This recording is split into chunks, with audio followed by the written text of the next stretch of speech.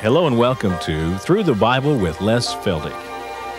An Oklahoma rancher and farmer, Les Feldick has been teaching homestyle Bible classes for 20 years in Iowa, Oklahoma, and Texas. Les Feldick's unique style of Bible teaching has made the books of the Bible come to life. When Les is teaching, it's so interesting that people say time just seems to fly by. And now, here is Les Feldick. Okay, let's be ready to carry on from where we were. And we've been talking, of course, about the kingdom. And I always have to be reminded that we do have a television audience out there. You know, unfortunately, I forget about that camera. I think most of you know that by now. But anyway, to those of you who are watching us on television, we just want to let it be known we're an informal Bible study. We don't try to be theological per se. And I think if I can take credit for anything at all, it's that we've gotten a lot of people to study their Bible who didn't before. And yeah, I got some heads nodding. And after all, that's the only reason I do this. Nothing thrills me more than when someone writes and says, well, I never studied my Bible until I started watching your program. And that's all we want to do, because I've found that when people get into the book, that makes all the difference in the world, in their lives and in everything. Well, now we've been talking about the kingdom, and I have become aware more than once from my class people, and now, of course, an occasional letter or a phone call from our television audience, that we know that there are those who stand so rigidly against the concept of an earthly kingdom. They have spiritualized the scriptures, and everything pertaining to the kingdom is spiritual, and consequently they refuse to accept the fact that the Bible is teaching a literal, physical, yes, political, earthly kingdom, on which, as we said in our last program, there will be the animal kingdom, there will be families, there's going to be tremendous reproduction, beginning, of course, with the believing parents. And just the other night, one of the fellows in one of my classes showed me a little book that his pastor had given him. And all I have to do is leaf through these, you know, and I see the same things over and over. And I say, oh yeah, I've read all this before. And I make no apology for the fact that I read all of the opposition.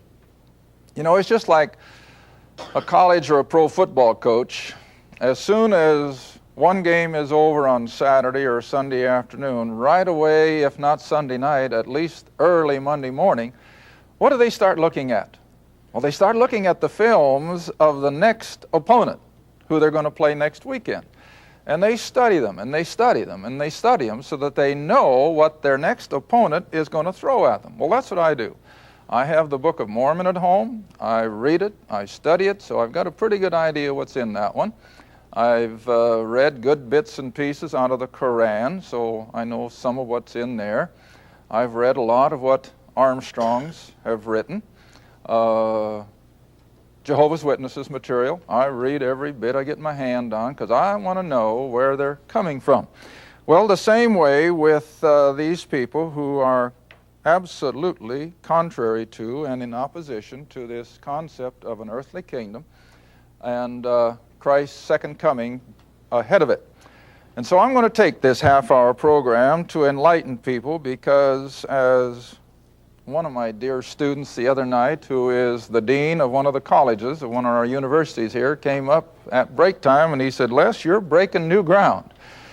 And I guess I looked at him kind of quizzically, and he said, well, now you're a farmer. And I said, well, yeah, I sure am, but what are you talking about? Well, he said, didn't you ever break new ground? Of course, now he was a farm boy himself, but in a different part of the world than I came from. And he said, when you break new ground, he said, it takes a lot of work getting everything cleaned off that doesn't belong there, and breaking up the clods and getting everything all ready for that first crop. And I said, well, yeah, I hear you. I know where you're coming from. Well, he said, you're breaking new ground. He said, I've been talking to people here all evening now during the break, and he said, you're throwing stuff at us that they've never heard before. And I said, well, I'll have to take that in consideration.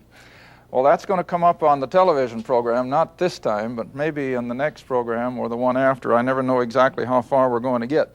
But for these next few moments, I'm going to enlighten at least you people, and hopefully even some that are out there in television, as to the two opposing views with regard to end-time events. And I'm going to put a couple words on the board to start with.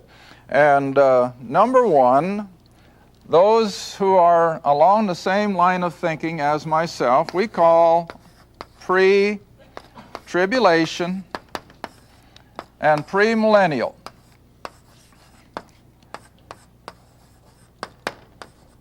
Now, what we're talking about, of course, is the return of Christ. For us as believers in the church age, we believe that Christ is going to come from heaven to meet us in the air, to take us out before the tribulation. And so we speak of a pre-tribulation rapture of the church, but then we speak in the next term of the second coming of Christ actually coming to the Mount of Olives as being pre-millennial. Now that just simply means that he's going to return before this 1,000-year kingdom on earth is established. Now the opposing view to all this are referred to as amillennial. And in the English language, when you put an A in front of something, what does it mean? No, or without. And so you have, against the pre-trib, premillennial concept of the Scriptures, the amillennial, that there is no such thing as an earthly kingdom. There is no 1,000 years out here. There is no return of Christ to set up an earthly kingdom. I remember several years ago, and it's long enough ago that I can safely refer to it now. I haven't really since. But there was a pastor in the town of one of my classes who, of course, was strictly amillennial. And I knew that, and it was no secret. But I had a lot of his church members in my class. And as I want everyone on television to know, you see, I never get people to just follow me. I'm just simply having I guess you'd say, a freelance Bible study, and we leave people in whatever denominations they're in, and they continue to their Sunday school work and so forth. But anyhow, I had a lot of this gentleman's people in my class, and so I guess to refute my teaching, he handed out a little typewritten 2 or 3 page treatise on ridiculing my stand on the millennium and the rapture and so forth. And you bet I read it. I read it 2-3 times. I want to know exactly what he was thinking. And what it really boiled down to was that this whole concept of the rapture and the tribulation and the setting up of an earthly kingdom had its beginnings with some little teenage girl in Spain who had dreamed it all up. And it just sounded so good that a lot of people listened, and out of that they concocted, I think was the word he may have used, this whole idea of a millennium. And so several of those people said, well, now really, is there any basis for this? Because you don't find any teaching concerning the rapture and the millennium back at the time of the Reformation of Luther and Calvin and so forth. And that's true. But what people do not understand and realize is that for the first 250 years of church history, that is from, you might say, 40 or 50 AD, all the way to the end of the year 299, or going into the 300s, the church stood solidly on what we call premillennialism. Only they had a different word for it. They called it chiliasm, from the word chilioi in the Greek, which meant 1,000 again, just like milli means 1,000. And so the words still mean the same thing. Now in those first 250 years then, we had all kinds of the so-called church fathers who stood adamantly on the fact of the soon departure of the church, beginning with Paul, who actually thought it would take place in his lifetime, and the writings of Barnabas, who was a contemporary of the Apostle Paul, and John, now I had to write down a few of these names. Normally, you know, I don't depend on the written page, but I had to write a few of these names down so I don't miss them. But they had fellows by the name of Justin, Irenaeus, Nepos, Victorinus, Tertullian, and many, many others. In all of their writings, they stood on the whole millennial earthly rule of Christ without any apology. Now, that was for the first 250 years of the church history. Now, the amazing thing is that in that same 250-year period of time, there was not one single writer in opposition. Not a one. In other words, as one of these most strongly held opponents of this wrote, and the guy's name was Whitby. And if any of you have to have some bibliographies of that, you call me or whatever, I can give them to you, but I'm not going to take time for it here. But this Whitby, who was totally amillennial, he wrote that premillennialism passed amongst the best Christians for 250 years. He admitted it, see? Another one of the great proponents of amillennialism was a guy by the name of Allis, A-L-L-I-S. And he too admitted that in the early church writings, there was nothing but the concept of the millennium. So we're prone to ask, and I've explained this to my classes over and over, we're prone to ask, well, then what happened? If for 250 years, especially from the apostles, now you know the 12 looked for the kingdom. I've shown you that verse in Acts more than once, that they were looking for the kingdom. You remember Acts chapter 1? Let's look at it a minute, because I always like to use the scripture just as much as we possibly can. But in Acts chapter 1, now the Lord, of course, has been crucified. He's been raised from the dead, and he has spent 40 days with the apostles. And now, of course, Luke is rehearsing this in the book of Acts. And so if you've got that, turn to chapter 1 and drop down to verse 3 first off. Acts 1, verse 3, where Luke writes, "To whom also he showed himself alive after his passion by many infallible proofs." In other words, that he had risen from the grave, "being seen of them 40 days, and speaking of the things pertaining to the what? The kingdom." Now you want to remember, the kingdom is the kingdom is the kingdom. It's been on the mind of man since the dawn of human history, you might say, of this period of time when the earth would be regenerated, the curse would be lifted, and it would be the utopia that everybody's been looking for. That's the kingdom, all right? Then, verse 6, in order for saving a little time, "When they therefore were come together," that is, Jesus and the 11. Now remember, Judas is gone and Matthias is not yet in his place, so it's Jesus and the 11. "Were come together, they asked of him, saying, Lord, wilt thou at this time restore again the what? The kingdom to Israel." Now, of course, in the thinking of the Jews of Jesus' day, what kingdom stood as the high point in all of Israel's history? David's and Solomon's, see? Solomon's especially. My, it was just arrayed in such glory. What did the Queen of Sheba say?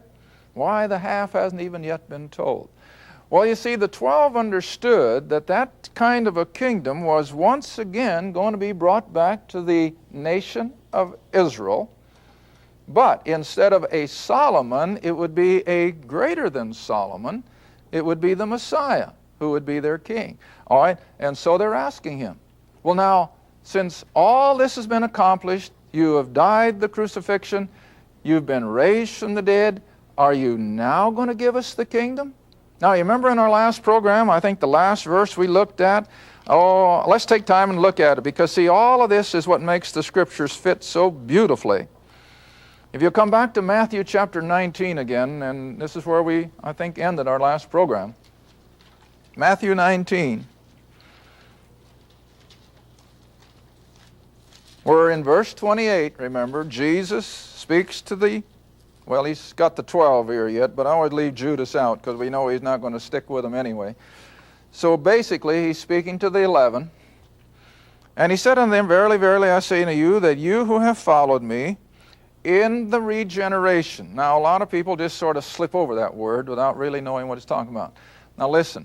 If you have got a dead battery, a dead car battery, and you want to make it useful, or you want to restore it to its original condition, what do you do to it?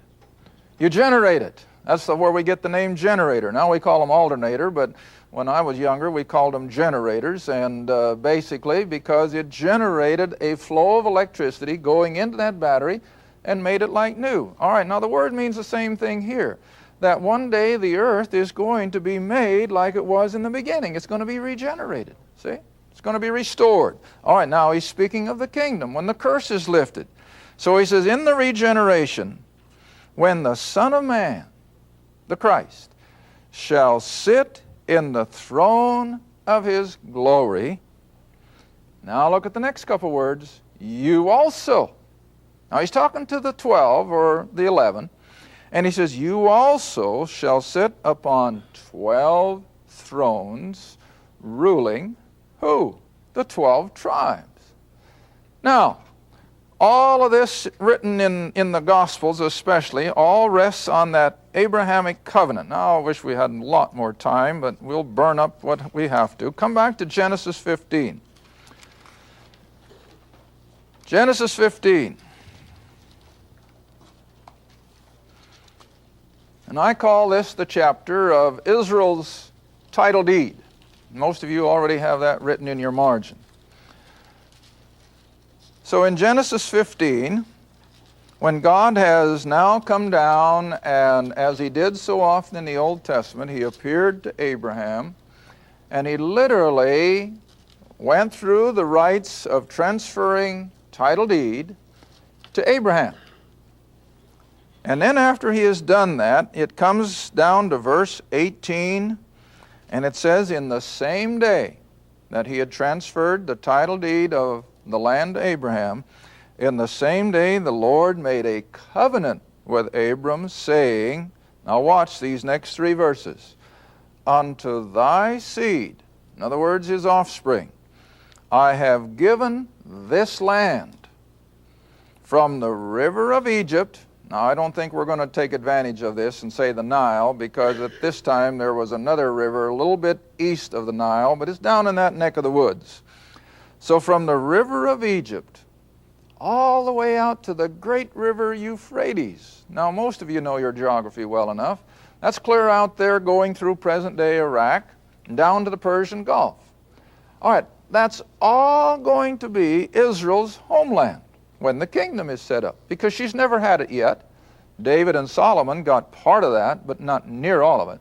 So the day is coming when the land of Israel will actually cover that whole Middle East. Now we know it's going to cover all that area to the south and across at the tip of the Red Sea and over to this river of Egypt by virtue of these tribes that are listed. All right? Verse 19, the Kenites, the Kenizzites, the Cadmonites, the Hittites, the Perizzites, the Rephaims, Amorites, and the Canaanites, and so forth. All that territory of the Middle East that was inhabited by these tribes was given as title deed to Abraham. And it will not become fulfilled until Christ sets up the kingdom. And that will then be the homeland of Israel. And the 12 apostles will sit under Christ's throne there at Jerusalem, ruling these 12 tribes. All right, now that's the kingdom as the 12 apostles understood it. And then, of course, Paul picks it up, and he speaks of the kingdom.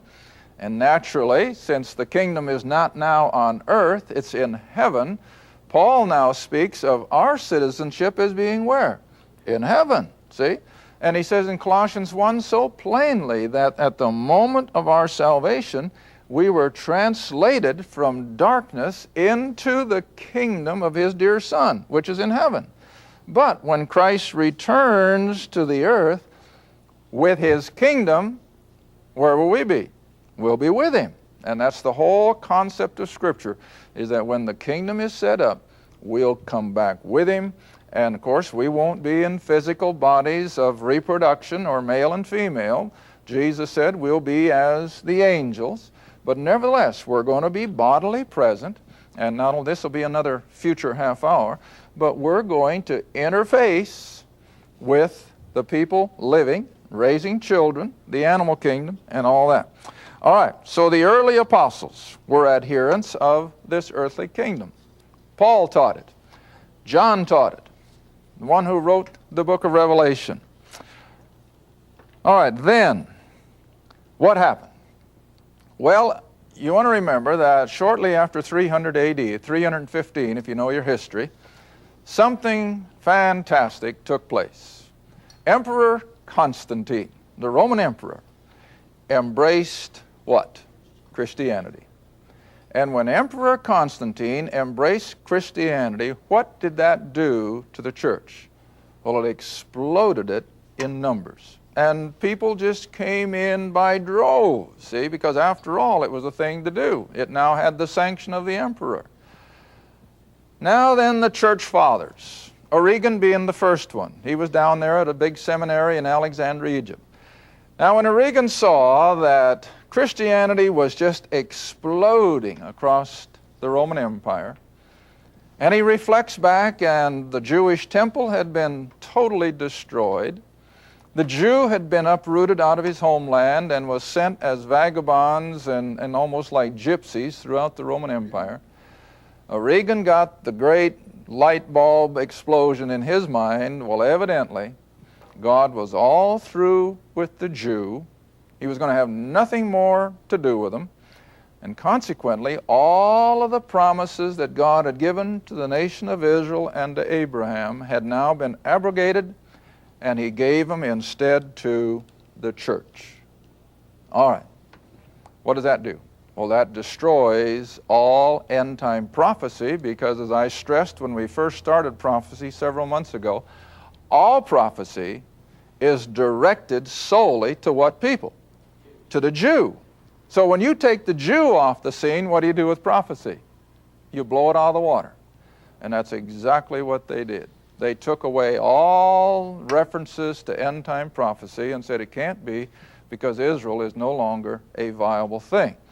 Then, some years after Origen and after Constantine had opened the Roman Empire to Christianity, a great Roman bishop, a Roman Catholic bishop by the name of Augustine, a tremendous man. And I'll even make reference to some of his writings once in a while.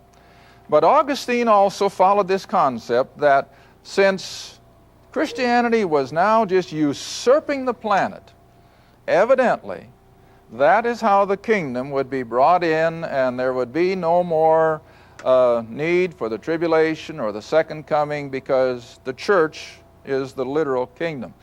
He even went so far as to feel that Satan was defeated and locked up at the time of the crucifixion and the resurrection, so that they were already in the kingdom. Well, it wasn't too long after Augustine, and the world was already starting to slip deeper and deeper into sin, and they realized that wasn't true. But anyway, Augustine precipitated then what we call amillennialism, that all the promises given to Israel had now been given to the church, and there was no prophecy per se left to fulfill.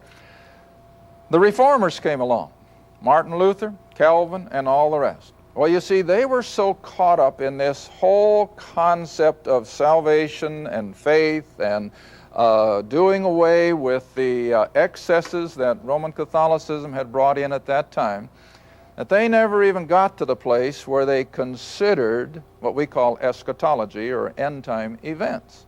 And so even from the Reformation, there was nothing taught concerning the end time.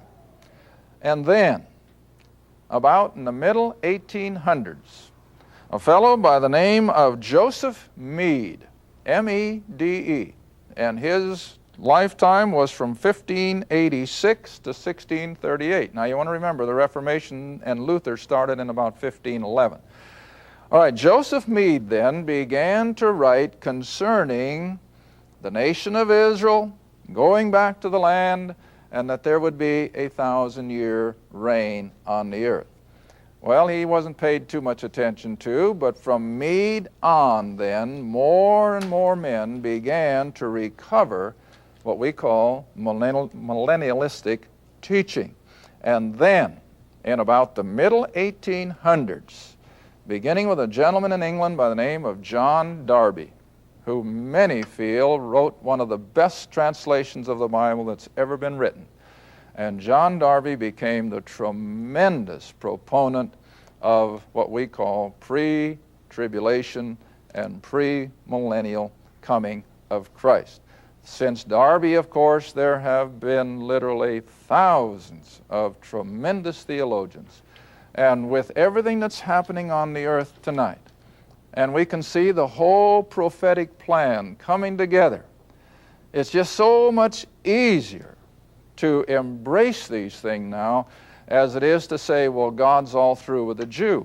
But let me remind you, there are large groups in Christendom. Now, I use that word to involve all cults and denominations, Roman Catholicism, and all the rest. I call Christendom.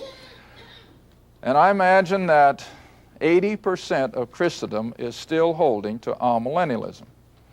They still have not come to the place where they recognize that the nation of Israel is viable. In fact, most of these groups will say that the Jews in Israel tonight have nothing to do with the Israel of Scripture. And of course, I violently disagree with that.